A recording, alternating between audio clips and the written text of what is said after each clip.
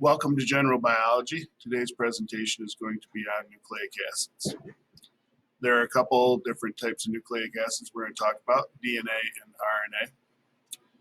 They happen to be made up of primarily 6 atoms. So we have CHOMPs now.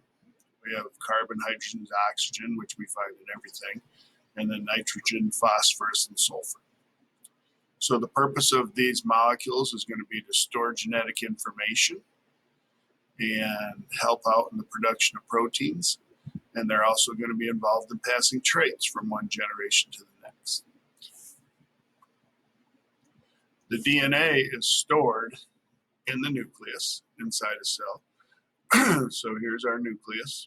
The yellow part on the outside is the rough ER. That's not part of the nucleus. So the purple here is the nucleus. And all this stringy stuff called chromatin is actually DNA. And that's what has to be read in order to make proteins for the cell. It's made up of nucleotides. Okay, these are the monomer for DNA. So we connect a bunch of these together and we have a DNA molecule. The backbone, and I'll show you this in a second, the backbone of the DNA molecule is made up of alternating phosphates and sugars. And then the middle, or the rungs of the ladder of DNA, are made up of nitrogenous bases. We call them nitrogenous bases because they're full of nitrogen. If you look up here, nitrogen, nitrogen, nitrogen, it's all over the place. So that's why they're called nitrogenous bases. So here's a DNA. These are the nitrogenous bases. Here you have sugar, phosphate, alternating in the ladder.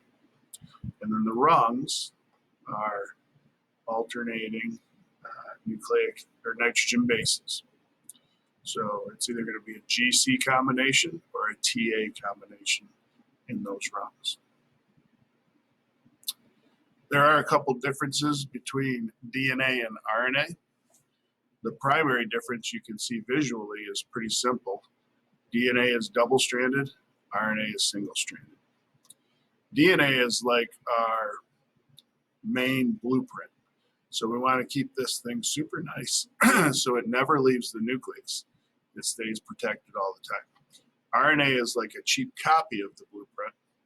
And so maybe this is my blueprint for building a whole house. And I make a cheap copy of how to install the toilet in the bathroom. That's then going to go out, and those instructions are going to get taken care of inside the cell. There is a slight difference in the nitrogen bases. You can see cytosine, guanine, and adenine are seen in both, but in DNA we have thymine, and in RNA we have uracil. The sugar is slightly different. This is called ribonucleic acid. This is deoxyribonucleic acid. The difference in the sugar is just one lost an oxygen. It has a H group. DNA has an H group instead of an OH group at one particular site. Other than that, the sugars are the same. So how are DNA and RNA involved in protein synthesis? DNA, like I said, is the main blueprint that gets copied. So this will be a copy of a gene. A gene will do a specific job, so it might be something real simple.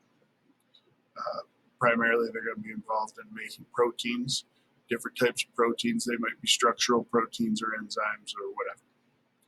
So the messenger RNA strand is going to leave the nucleus, go to a ribosome. It's going to get read, and in the process of reading it, we're going to make a polypeptide.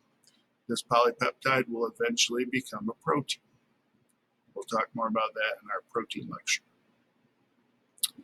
And the last thing that nucleic acids are important in is reproduction. So when fertilization happens, we, in the process of meiosis, make a haploid sperm, which has half the normal number of chromosomes, and we make haploid eggs, which have half the normal number of chromosomes.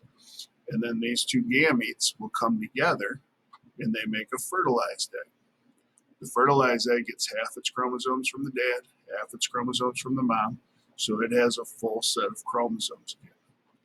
This DNA is what passes traits from one generation to the next.